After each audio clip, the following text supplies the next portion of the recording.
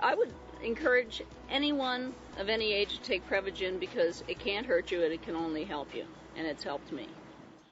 If you want to try Prevagen, there's a special toll-free number you can call right now. So write this number down, 888-974-9745. Prevagen is an easy way to improve your memory and support your brain. The number again to call is 888-974-9745.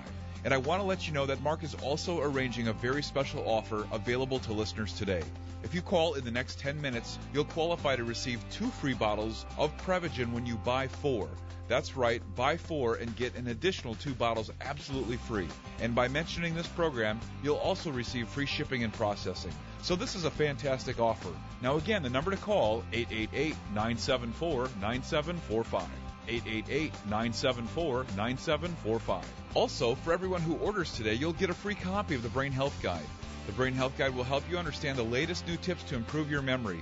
And the Brain Health Guide contains the latest research and discoveries to help the health of your brain and is free with an order of Prevagen today. This offer is not available anywhere else. You'll also get free shipping. All you have to do is pick up the phone and call 888-974-9745. That number to call, 888-974-9745.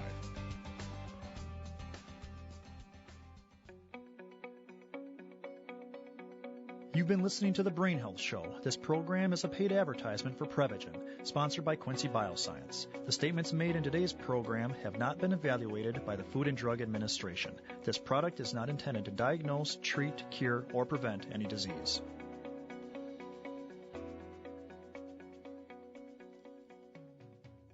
Talk 1470, WWNN Pompano Beach, Boca Raton, Miami, Fort Lauderdale. If you suffer from excruciating back pain and sciatica, pay careful attention. According to a study in the medical journal Spine, back surgeries to alleviate pain frequently backfire, leaving patients in more pain than before the surgery. A second study from the University of Cincinnati's College of Medicine provides clear evidence that 74% of surgeries for the back fail. But there is a solution and an end to your suffering. Dr. Fernando Ranella, he's a medical doctor and the founder of the Center for Back Pain Management, where he specializes in the elimination of back pain and sciatica quickly, easily, without surgery or any pain medication whatsoever. Dr. Ranella accepts Medicare and most insurance. He has a location in Delray and one in Fort Lauderdale. Call 561-819-6325. That's 561-819-6325. AM 1470, WNN, with more of what you need to know. Here are the latest from Invite Health with Jerry Hickey, weekdays at 9 on AM 1470, WNN. Hearing loss is a growing health issue among young adults and older Americans, with the condition today affecting more than 48 million people nationwide. Now is the time to preserve your hearing. That means limiting exposure to loud noises, using ear protection when attending sports events or music concerts, and following the 60-60 rule, which means limiting the use of earbud headphones to 60 minutes at a time and at 60% of the device's maximum volume.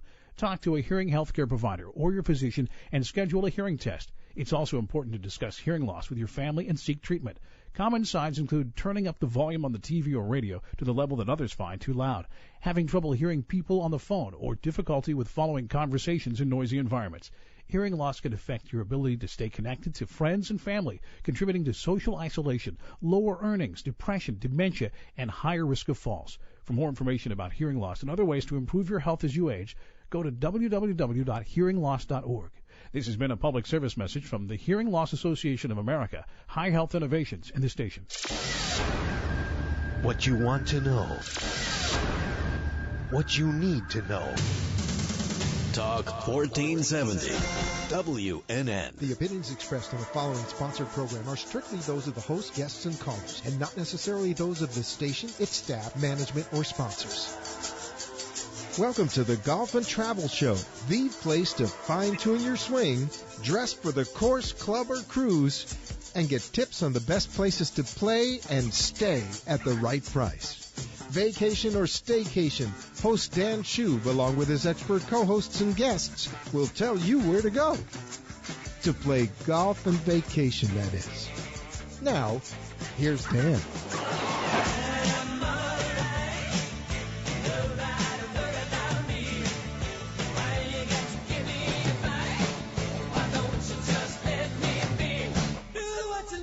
Welcome to the Golf and Travel Show. I'm your host, Dan Schub, and tonight, like we typically do around this time, we're going to be talking some golf, we're going to be talking some travel, and just having a general good old time. We got a great show in store for you tonight. In just a few minutes, we'll be chatting with in-studio guest attorney Michelle Tanzer. She's the chair of the Residential Resort and Club Legal Practice at Gray Robinson, which is just up the street from us here in Boca Raton. Also, we'll be talking to Gary Knight. He's the owner of Cabin Rentals of Georgia. He's got some beautiful inventory of wonderful cabins that are luxurious, high-end, with beautiful views. And a buddy of his will also be with us, Texas Hall of Fame golf professional Marty Fleckman. He actually played in the Masters back in the 60s, and that should be quite interesting to hear some of his tales to tell as well. But first, what I'd like to do is introduce you to my co-host, and that would be none other than Jess Frank, PGA teaching professional, that guy with that beautiful swing, and the owner of the Jess Frank Golf Academy at Boca Dunes Golf and Country Club right here in Boca Raton. Jess specializes in on-course instruction with V1 video analysis. He believes that every lesson in swing is different. Jess likes to focus on the scoring part of your game, the short shots taught on the golf course, which instills plenty of confidence. You might know him from his work at area country clubs, such as St. Andrews, Boca Lago, and Broken Sound. Jess likes to he likes to teach, actually. He's got a passion for the game. Golf is a challenging sport, but just makes it real easy for you to learn and to excel. How are you doing tonight? I'm excellent, Dan. Good evening to you. Good evening to all our listeners out there. And we have an awesome show planned tonight. Even some live guests right here in the studio. They're alive. They're all live. Yeah, just, but in the studio, I should say. They are. So we're excited for that. Mm-hmm. And, another gorgeous day here in Boca Raton. Although it did rain earlier, but rain or shine. Well, that's what still keeps on the grass lesson green, right? Yeah, absolutely. Yeah, that was, it's so funny you say that because it rained for about, the usual 15 minutes and poured. Of course, I got soaked. And then 20 minutes later, it was beautiful out. And, and the grass was, I couldn't believe it. It did. It turned green. It went from brown to green. It was great. It's amazing. I know. And then sometimes you get those rainbows, which are pretty cool as well. That's when you know. But, that's when a birdie is right around the corner, I think. But, I even asked my student, I said, "Do you sure you don't want to, you don't want to quit?" He goes, No, we're hitting it too well. We got to keep going. Sounds like Caddyshack. Right? Same story. But, exactly. Sometimes just any change helps. If you're out there playing and maybe you don't have your best game and then all of a sudden it starts to rain and it just changes your outlook a little bit, and you might take it a little bit slower, which could improve what you're doing. Personally, I might light up a cigar out there. That might change my luck a little bit. Or some people believe a cocktail will help, and it might. Or by the fourth or fifth one, you don't care. Or you can tie your left shoe in a double knot. I haven't tried that. Thank you. Sometimes that works. Do me a favor. So. Don't make that be our main tip of the week. No, never. That's something from Tin Cup. It's a reference there from my favorite golf movie, except for Caddyshack, of course. Well, but no, it's you know what? It's funny. I've been doing a lot of playing lessons, which I love to do because I love to take people on the course, because that's where the game is played. And, there's a lot of swing technique that I work on with my students, but it's got to translate to the golf course. And so I always combine range work and golf course work, which is it's a unique thing that most pros don't really do. Most stay on the range, but I like to take people out on the course because it shows them that they can take their game from the range to the course, and they build confidence that way. And that's one of the things that I've been, as I do more and more playing lessons, and I've been working a lot with the Executive Women's Golf Association and doing group playing lessons. And what I've found is that a lot of the ladies that I'm working with, there's a lot of negativity in their approach to the game, which is really shocking because a lot of these ladies play nice games of golf and hit the ball really well. But nobody ever plays as well as they want to play. Exactly. But the thing that I find that's really interesting is the mental approach to the game, and you find that out about people when you get them on the course. And what happens is that they start saying, "I don't want to go in the water. I don't want to go in the lake." And you know what happens then? The ball goes right where you don't want it to go. I don't want to go in the woods. So if you can I try saying I want this ball to go in the hole, and that doesn't work either. Yeah, exactly. Or like they're in the bunker and they say, "Well, I don't want to go." And this happens not only with ladies, but it happens with men too. And they say, "I don't want to go over the green into the other bunker." And I'm like, "Well, you're already talking yourself out of the shot." And so golf is such a mental game. It's 6 inches between the ears that if you change your thinking and your approach to the game, that is going to help you a ton. In fact, like Jordan Spieth was doing, the Masters champion, he was just so in the moment and so focused on what he had to accomplish, and he just stuck with his game plan that he never thought, geez, I don't want to go in the water on 16 at Augusta. He's saying, okay, I want to hit a nice high draw on the back pin, and that's where I'm looking.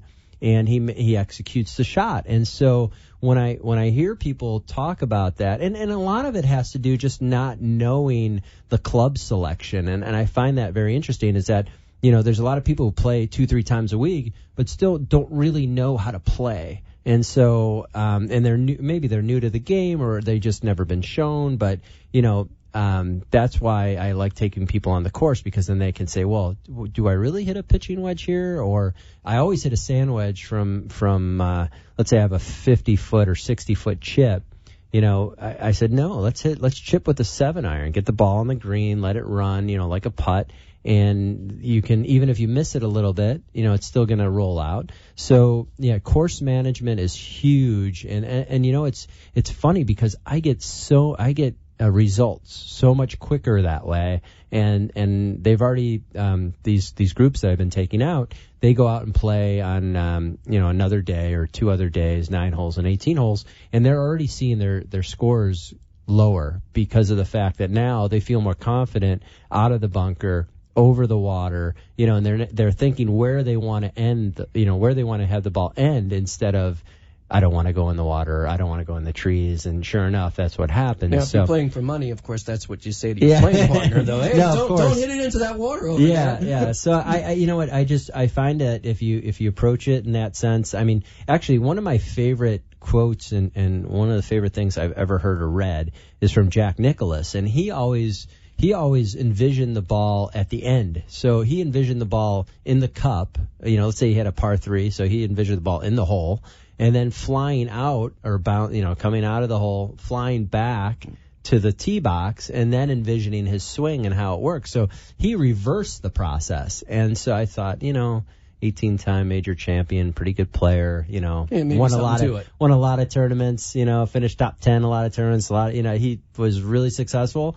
So, if he's thinking that way, maybe I should explain that to my students. And so, that's kind of what I try to impart and explain and show, and just, and plus it makes it a lot more fun. And then you loosen up, and then you play, and it's all about, that's a game. You're not playing for your livelihood. You're playing a game. Well, so some of us might be, but not me or you. Or your life. Yeah. You're playing for your life, maybe. But no, that's a really good, I find it a very positive approach to the game, something how I always played. I never, it's funny because it's just kind of foreign to me because of the fact that I never thought about not, worrying about going in the lake. But when you listen to your students and it's very common. Listening to them tell you, and so that's kind of how I always approach it. I always want to, I'm not going to just tell them my agenda. I want them to tell me, how can I help them? And so when I approach it that way, they tell me these things, and especially you learn so much on the golf course from people and how they act and how they play and what they say.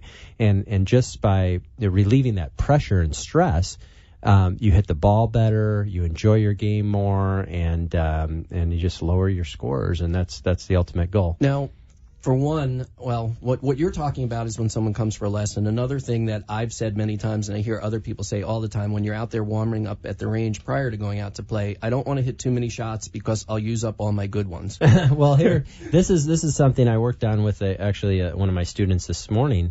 What I do is I don't have my students hit a lot of golf balls on the range. I will occasionally, just depending on who they are. But what I do is I set up 2 tees about almost 2 club heads apart. So the tees are about 6 inches, 7 inches apart. And what I have them do is I have them make, because to me, the number one fundamental in golf is the bottom of the swing. So what I do is I set up like a little gate with 2 tees, and I have them make full swings, swinging through, making the bottom of the swing right through those two tees. And instead of saying, well, you got to be in this position on your backswing, and you got to do this in your downswing, you got to shift your weight, do ba ba ba ba ba. So what I say is just make it easy, make your swing, make the bottom of the swing in the same spot. If you can do that 10 times in a row, let's say with your 7-iron, then I let you hit a golf ball. Then they all of a sudden they hit it and they're like, oh wow, this is great. So they didn't warm up and hit top one and hit one behind it or hit a bunch of good ones. And even if they did, they weren't paying attention to it. It didn't matter. You're just trying to get a square club face. So they start to swing, and it is a golf swing, and that's what it's instead of golf positions. I like to look at it as the whole swing. And so when you do that, you make a full swing, you make the same bottom of the swing, and you stay positive on the course, and you stick to your game plan. Recipe for success. The other good thing that you have going is that you work at a location where you're able to take the players out there on the golf course, and not every teaching pro has that. Well, so that's also a nice benefit. That's why they should call the Just Frank Golf Academy. I guess so. And we'll give them plenty of opportunities to do that if they want to. But I think what we're going to do is take a break first, and we'll be back with more of the Golf and Travel Show, so stay tuned.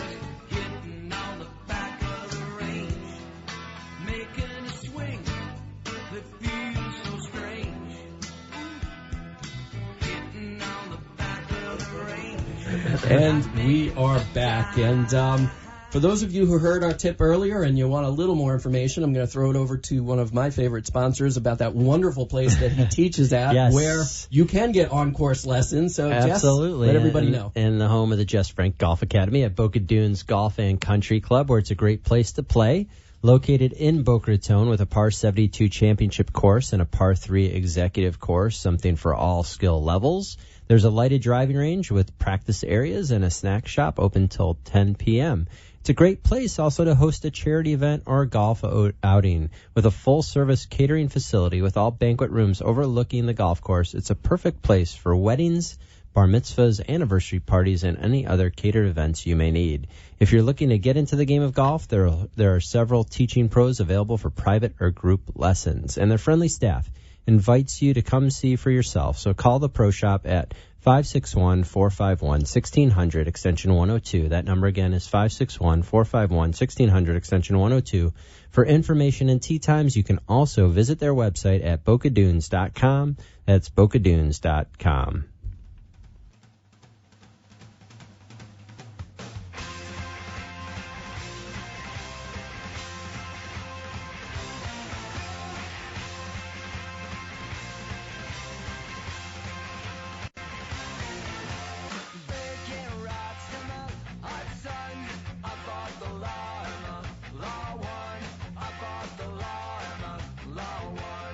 And we are back. And fighting the law is not easy, but you got to make sure that you got somebody on your side to help you out. And our next guest is the person to do that, especially if you are a golf club or a country club. She's a specialist in that area, working at an area firm called Gray Robinson, and they actually take cases worldwide. But to find out a little bit more about what she does and how she helps clubs and what's kind of going on in the economy and the industry of golf courses and country clubs, we have our guest here in studio, Michelle Tanzer. Welcome, Michelle. Hello. Good evening. It's nice to be here. Thank you. It's great to have you here. And as we mentioned earlier, Jess and I, we talk about things like this all the time. We understand that the golf industry has been a difficult industry always, but maybe the last 8 or 10 years it's gotten even more difficult. Yes. The recession put a big hurt. Golf is an expensive sport, and playing golf, whether it's being a member at a club or getting clubs, is not a necessity. So when people cut back, they cut back things like luxury items like golf, perhaps. We consider it a necessity, but not everybody does. But I'm sure you're very busy not only protecting golf courses, but trying to advise them on how to handle the economy and what to do. So typically, what are the the problems that you are currently facing, and how do you help out these clients of yours? Sure. Well, there's clubs of all sorts, kinds, and shapes, sizes, and each of them is facing a different sort of problem in today's economy. So we look at whatever the particular circumstances are. But there's a range of problems that most clubs are facing, given the circumstances that you've explained. And there's probably about 4 different ways or categories of ways that we're helping clubs to deal with the current circumstances. We help them in terms of operational. We help them in terms of marketing, in terms of their legal structure, and really just to protect themselves against potential disputes or lawsuits.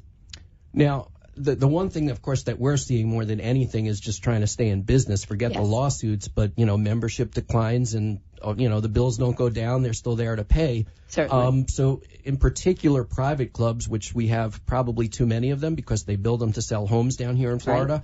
Right. What do you suggest that they do when their membership declines and they're in trouble? Mm-hmm. Well, the vast majority of the clubs in our geographic are supported physically and geographically by homes. So they're within residential communities. So the first thing that we're looking at in those types of environments is what can the club do to attract more of the residents to actually become members. We talked about briefly before we went on air about the concept of mandatory membership. And several cases have actually gone to court, and you never want to embark upon something that's going to draw litigation. So, but what we look at are ways to entice or intrigue and become more appealing to the residents of the community to encourage them to become members of the club. There's lots of different ways to do that depending on the type of club and the community that surrounds it. So, for instance, would there be other kinds of activities besides golf? So the biggest change that we're seeing in community-based clubs today is the clubs need to be more relevant to the family. So we're seeing more family-oriented activities, more family-oriented facilities, with a particularly heavy emphasis in this geography with fitness and spa. And the golf is always, the largest component of the country club, the golf and country club. But all of the clubs that are being successful are actually drawing on these other categories of facilities to encourage membership and more participation from the communities. Well, I know that, first of all, I'll be playing out in Val next week, and they asked me if there's anything I want to do besides play golf. If you can get me into the spa afterwards, that feels pretty good. So I can relate to that. But also, I had mentioned to you earlier that I had recently stayed at the Ritz-Carlton at Reynolds Plantation, and they obviously have a very large club to support, and they are getting extremely creative with some of the additional benefits that they offer or memberships that they offer as part of their greater membership. Things like gardening clubs and book clubs and just all sorts of. They must have rattled off 20 or 30 different ideas of things that they're doing. And I think, like the gardening club, I think started that they were growing their own herbs and vegetables for their restaurant, and some of the residents were like, hey, I'd like to do that. And they came up with the idea to do that. So are there any other really unusual or different kinds of things that clubs might do besides the obvious? Right, absolutely. Well, the big rage right now is beer tasting and beer tasting and wine and travel. And clubs of all kinds are finding different things to become more relevant. Unfortunately, it's not just about golf anymore. Right. I hate to say it to you. This understand. Is right, but golf is time consuming. It's expensive, and the families are looking for the members of their family to spend more time. And you made a very good point just a moment ago about the female golfers. Sure. So the females are one of the largest segments of growth in the golf marketplace. Right. And so what can the clubs do to make and I think a lot of it is education. And I mean education in teaching women and youth and other, other groups of the population how to play the game and how to feel comfortable out on the golf course. Right. So what we're seeing a lot of, in addition to gardening and so on and so forth, we're seeing a lot more proactive from the golf pros to get out there and to, encourage play and to get involved with the younger people and the women to get them out on the course. Yeah, and marketing itself has changed a lot, because it used to be, back in the 60s and 70s and early 80s, it was the guy who would go out and play 18 holes and spend the whole day, and then the kids would, maybe go to the pool, and, but now it's a time factor. And so the 40 to 50-year-old is not looking at a club unless the whole family is involved. And that's the future, that they're looking at value and what's available to the family. And if there's no programming for women and kids, that is something that is really a detriment to most clubs. And I know for a fact from my end, being a golf instructor, is that I market to professional women who want to use the game of golf as a tool to help them, succeed in business. Right, so they can play during the week, not necessarily on the weekend. Exactly, and juniors. And I have junior camps coming up in the summer. So it's something that's out there and available, and it's growing the game from a grassroots level. But yeah, I can see where, a lot of these families who are busy with their kids, and if both parents are working full-time jobs, do they want to really move into a community where, that's not, available to them? And so that's where a lot of these communities are having such a hard time, because especially in this area, you have to spend $30,000-$40,000 a year to be part of some of these mandatory membership communities. Exactly. So, I know that's something that you face. So is that another avenue that you're seeing that the people are these communities are growing with? Absolutely, on both of the fronts that you just mentioned. I've actually participated in an organization called 6 Degrees of Golf, which is specifically designed. It has a group just for the professional women who have an opportunity to learn some of the basic elements of golf and do business networking at the same time, but really with the view towards getting them involved in the game of golf. Sure. Then you mentioned the expense of club membership, and what we're seeing a lot of clubs doing now, the successful ones and the not so successful as well, is either eliminating the initiation fee, making installment plans, making a lot of the different categories of membership that you mentioned. Like discounts for younger people or whatever. But also, starting out. That's exactly right. Mm-hmm. But the ones that are focused specifically on golf are preview memberships, summer memberships, invitational memberships, really just any sort of opportunity to allow people to come in and experience the game and get to know the club and the club facilities. I have another question. I mean, I think we've spoken about that topic. They can always call you if they want more information. But other liabilities, other issues. I know years ago that you started to see things like, the clubs watching the Weather Channel and sirens going off when lightning's in the area, or defibrillators, especially where there's a lot of older folks living, retirees. What other issues do country clubs or golf courses have to be aware of to protect themselves like that? So what's happening right now, a big issue for golf and country clubs as they are attempting to increase their revenue is off-site wine sales. And by that, what I mean is they say, hey, the club manager is interested in providing a benefit to the members and says, well, come on by and we'll sell you a case of your favorite wine and you can get it discounted and so forth. And this has become very popular, as well as off-site food sales. So, in other words, in order to make the club more relevant to the community, they're providing food to go and things of that nature. Well, what a lot of people don't realize are the legal implications. Different kind of licensing. The licensing, number one. Not only that is for those clubs that are 501c7, which is the tax-exempt status, that by offering these unrelated business activities, they can lose their status. And so those are the kinds of things that we're talking to